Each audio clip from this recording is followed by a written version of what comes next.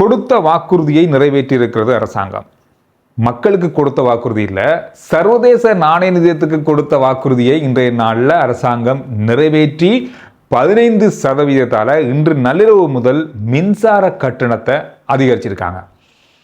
கடந்த 2-3 மாசத்திலிருந்து நாம வீடியோக்குள்ள நிறைய சொல்லியிருந்தோம். நான் நிறைய தடவைகள் இந்த மின்சார கட்டண உயர்வு தொடர்பாக பேசியிருந்தேன். அதுக்கு எதிராக நிறைய கருத்துக்களை நீங்க சொல்லியிருந்தீங்க. அப்படி எதுவும் நடக்காது, நீ அரசாங்கத்துக்கு எதிராக பேசுற, இப்படி எல்லாம் மின்சார கட்டணம் அதிகரிக்கிறதுக்கான வாய்ப்பே இல்லை, இந்த மாதிரி நிறைய பேர் கருத்துக்களை சொன்னீங்க. அதை அந்த இடத்தை நீ யாருமே ஏற்றுக்கொள்ளலை. காரணம் இப்பதான் குறைச்சாங்க, அதுக்கு பிறகு எப்படி திரும்ப கூட்டுவாங்க அப்படின்ற ஒரு காரணம் தான். அது நிறைய நியாயங்கள் இருக்கு, இல்லைன்னு சொல்லலாம். ஆனா இங்க நடைமுறை சிக்கல்கள் நிறைய இருக்கு. நடைமுறை சிக்கல்கள் இந்த மின்சார கட்டணத்துல நிறையவே இருக்கு. மின்சார சபை ஏற்கனவே நட்டத்தில் இயங்க ஆரம்பித்திருக்கு.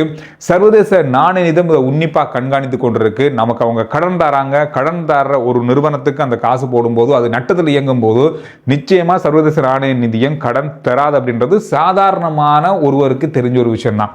அந்த அடிப்படையில் இந்த முறை அவங்க கடுமையாக சொல்லியிருந்தாங்க, சர்வதேச நாணய நிதியத்தினுடைய அடுத்த கடனுதவி வரப்போதா இருந்தா, நவம்பர்லயோ டிசம்பர்லயோ அக்டோபர்லயோ வரப்போதா இருந்தா மின்சார கட்டணத்தை உயர்த்தி மின்சார சபையை லாபத்தில் இயங்க வைங்க, இல்லைன்னா அந்த கடன் உதவியினுடைய தொகை முழுமையா கிடைக்காது அப்படின்னு சொல்லிட்டாங்க. ஆனா அரசாங்கம் என்ன சொன்னது, IMF என்ன சொன்னாலும் நாங்கள் கேட்க மாட்டோம், ஏன்னா இப்போ அதை கூட்டக்கூடிய அவசியம் இல்லை அப்படின்னு சொல்லி தேர்தலுக்கு முதல்ல சொன்னாங்க. தேர்தலுக்கு பிறகு இதை பற்றி எதுவும் பேசல. காரணம் சொன்னால் இது அதிகரிச்சே ஆகணும், இல்லைன்னு சொன்னால் இது ஒரு சிக்கலுக்கு உள்ள ஒரு விஷயமாகவும் அடுத்த கடன் உதவி கிடைக்காமலும் போக நிறைய வாய்ப்புகள் இருக்கு. இந்த கிழமை சர்வதேச நாணய நிதியத்தினுடைய உயர்மட்ட குழு இறுதியான தீர்மானங்களை எடுக்கிறதுக்கு, அடுத்த கட்ட கடன் உதவியை வழங்குறதுக்கான இறுதி தீர்மானங்களை எடுக்கிறதுக்கு நாட்டுக்குள்ள வராங்க. அதுக்கு முதல்ல இது நடந்து முடிந்திருக்கிறது. இன்று நள்ளிரவு முதல் 15% மின்சார கட்டணம் அதிகரிச்சிருக்கிறது. இன்றைய நாளில் பொது பயன்பாட்டு ஆணைக்குழுடைய தலைவர் ஊடக சந்திப்பில் வைத்து பல விஷயங்கள் சொல்லியிருக்காரு. மின்சார சபை 18.3% இது அதிகரிக்க சொன்னாங்க. ஆனா இப்போது நாங்க மக்கள் கருத்து கணிப்பு, பொது அமைப்புகளிடமிருந்து எடுக்கப்பட்ட கருத்துக்கள், மின்சார சபை பக்கமாக என்னென்ன விஷயங்கள் இருக்கு அப்படின்றது எல்லாத்தையும் சேர்த்து கொண்டு நாங்க இப்ப 15% இதை அதிகரிக்கிறோம். ஆனாலும் கடந்த முறையை விட இது குறைவா தான் இருக்கு அப்படின்னு சொல்லியிருக்காரு. அதாவது முதல் இருந்ததை விட 8% குறைவா தான் மின்சார கட்டணம் இப்ப இருக்கு. அதாவது போன வருஷத்தை ஒப்பிட்டு பார்த்திருக்கும் போது இந்த மாதிரி மின்சார கட்டண அதிகரிப்பு அப்படின்றது இப்போ தேவையான ஒன்றாக இருக்கிறதால 15% அதிகரிச்சிருக்கும் அப்படின்னு சொல்லியிருந்தாரு. அது மட்டும் இல்லாம கடந்த 2024ஆம் ஆண்டு ஜனவரியோடும் இந்த வருஷம் 2025ஆம் ஆண்டு ஜனவரியோடும் ஒப்பிட்டு பார்க்கும்போது கிட்டத்தட்ட 51% மின் கட்டணம் குறைந்திருக்கு. 51% குறைந்திருக்கு. அது எப்படி குறைச்சது அப்படின்ற தரவுகளையும் சொல்லியிருந்தாரு. மார்ச் மாதம் 2024ஆம் ஆண்டு 21% குறைஞ்சது, ஜூலை மாதம் 2024ஆம் ஆண்டு 23% குறைஞ்சது, அதே போல ஜனவரி இந்த வருஷம் 2025ஆம் ஆண்டு 18ஆம் தேதி 25% குறைஞ்சது. அந்த 25% இப்ப 15% அதிகரிச்சிருக்காங்க. போன வருஷத்துல ஒரு 3% குறைவா இருக்கு. இந்த முறை 5-8% போன முறைக்கும் இந்த முறைக்கும் குறைவு அப்படின்னு சொல்லி ஒரு மாதிரி சமாளிச்சு இந்த மின் கட்டணத்தை இன்றைய நாள் உயர்த்திருக்காங்க. இன்னும் ஒரு விஷயம் சொல்லியிருக்காரு, 2014ஆம் ஆண்டு 2025ஆம் ஆண்டு இந்த காலப்பகுதி, இந்த 11 வருஷ காலப்பகுதிக்குள்ள இலங்கையினுடைய மின்சார கட்டணம் ஒரு யூனிட்டுக்கு அதிகரிச்சிருக்கிற தொகை ₹6.50 மட்டும்தான். 30% அதிகரிப்பு தான். 2014ஆம் ஆண்டு ஒரு யூனிட்டுக்கு ₹21.39 இருந்தது. இப்ப ₹27.80, அதாவது இன்றைக்கு அதிகரிக்க போற கணக்கோடு.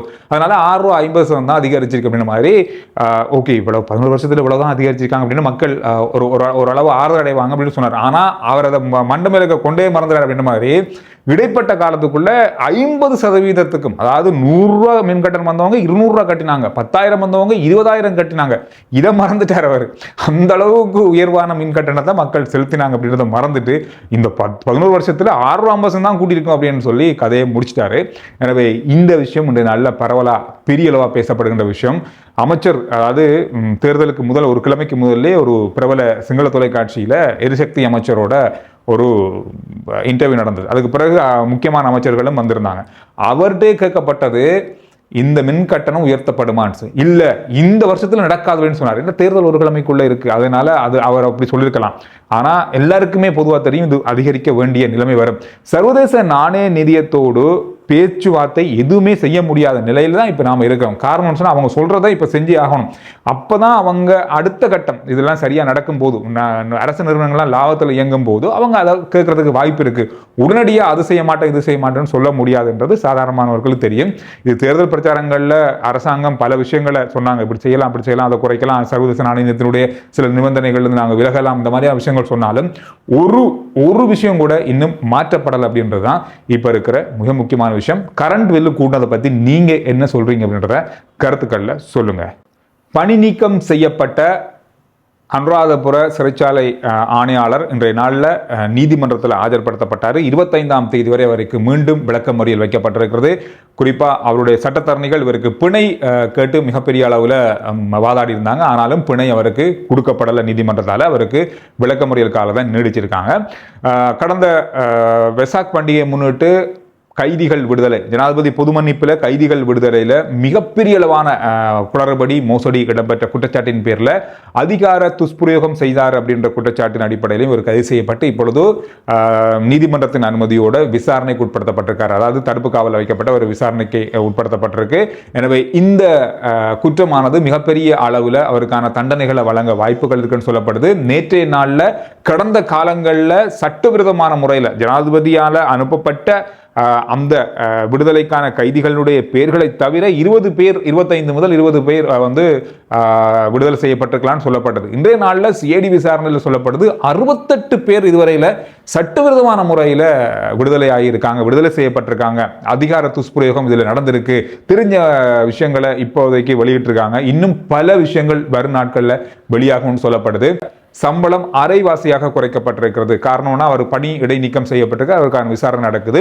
அவருடைய குற்றம் 100% நிரூபிக்கப்பட்டால் கிட்டத்தட்ட 7 முதல் 10 வருஷங்கள் கடூழிய சிறை தண்டனை அவருக்கு வழங்கப்படலாம் அப்படின்ற மாதிரி இப்போதைக்கு சொல்லப்படுது. எப்படி நடக்க போகுது அப்படின்னு தெரியாது. இன்னும் இது தொடர்பான பல தகவல்களும் வெளியாகலாம் வரும் நாட்கள் என்று சொல்லி எதிர்பார்க்கப்படுது. இதோட முன்னாள் ஜனாதிபதி ரணில் விக்ரமசிங்கே அவர்கள் இன்றைய நாளில் சிஐடியினுடைய விசாரணைக்கு அல்லது வாக்குமூலம் வழங்குறதுக்காக அழைக்கப்பட்டு அவர் இன்றைய நாளில் முன்னிலையாக இருந்தார். 2 மணித்தியாலங்கள் அவருக்கான வாக்குமூலங்கள் பெறப்பட்டதாக சொல்லப்பட்டது. அதுக்கு பிறகு அவர் சிஐடி வாக்குமூலம் பெற்றது பின்பு அந்த இடத்துல இருந்து வெளியேறியிருந்தார். முன்னாள் அமைச்சர் கெஹலிய ரம்புக்வெல் அவர்கள் மருந்துகளை இறக்குமதி செய்ததில் ஏற்பட்ட மோசடி தொடர்பான மேலதிகமான தகவல்களை அறிந்து கொள்வதற்காகவும் அது தொடர்பான வாக்குமூலம் கொண்டு வருவதற்காகவும் அவர் இன்றைய நாளில் சிஐடிக்கு அழைக்கப்பட்டார்.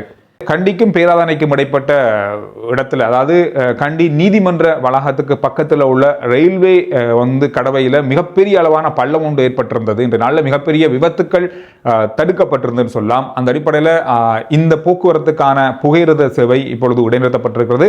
அதுக்கு பதிலாக பிரத்யேகமான பஸ் சேவை ஒன்று இப்பொழுது ஆரம்பிக்கப்பட்டிருக்கு என்பதும் குறிப்பிடத்தக்கது. இது இன்றைய நாளில் பரவலாக பேசப்பட்ட ஒரு விஷயமாக மாறியிருந்தது. சஜித் பிரேமதாச எதிர்க்கட்சி தலைவர் தன்னுடைய எக்ஸ் தளத்தில் இன்றைய நாளில் ஒரு பதிவு இருக்காரு. அதாவது அரசாங்கம் வழங்கிய வாக்குறுதிகள் எங்கே? மின்சார கட்டணத்தை 1/3 பங்காக குறைப்போம் அப்படின்னு சொன்னாங்க, எங்க காணல.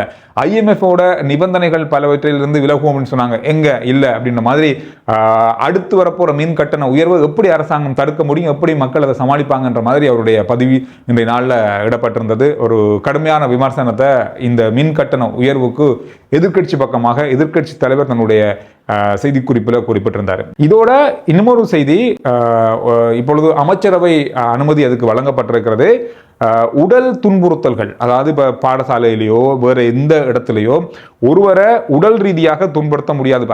ஒரு ஆசிரியர் மாணவருக்கு அடிக்கிற விஷயம் கூட, இந்த மாதிரியான விஷயங்கள், அடிக்கிற விஷயங்கள் என்றது உடனடியாக தடை செய்யப்பட வேண்டிய விஷயமாக இருக்கும். காரணம், உளவியல் ரீதியாக மன ரீதியாக இவர்கள் பாதிக்கப்படுகிறார்கள் இந்த விஷயத்தால் என்றதை விஞ்ஞான ரூபமாக அது நிரூபிக்கப்பட்டதால இந்த உடல் ரீதியான துன்புறுத்தல்கள் உடனடியாக நிறுத்தப்படணும் அப்படின்றதுக்கான ஒரு அமைச்சரவை தீர்மானம் எடுக்கப்பட்டிருக்கிறது. இது பாராளுமன்றத்துக்கு கொண்டு போய் நிறைவேற்றப்படும். இது கடந்த 2024ஆம் ஆண்டு இந்த தீர்மானம் எடுக்கப்பட்டாலும் இன்னும் நிறைவேற்றப்படாமல் இருக்கு. அது உடனடியாக நிறைவேற்றப்படுறதுக்கான அனுமதியை இப்போ அமைச்சரவை வழங்கியிருக்காங்க. இது உண்மையிலே வரவேற்கக்கூடிய விஷயம். பல இடங்களில் பல விஷயங்கள் ஒவ்வொருத்தருக்கு எதிரான துன்புறுத்தல்கள், அதுவும் உடல் ரீதியான துன்புறுத்தல்கள் நடக்குது. நமக்கு தெரியாமல் இருந்தாலும் பலர் இதால் பாதிக்கப்படுறாங்க. எனவே இந்த விஷயம் உடனடியாக அமலுக்கு கொண்டு வரப்பட வேண்டியது கட்டாயமான விஷயம் தான். எனவே இந்த விஷயங்கள் இன்றைய நாளில் அதிகமாக பார்க்கப்பட்ட விஷயங்களாக இருக்கு. RJ Chandru report YouTube channel, Facebook page, WhatsApp channel எல்லாத்தையும் போல பண்ணுங்க. அடுத்த வீடியோவில் நான் உங்களை சந்திக்கிறேன்.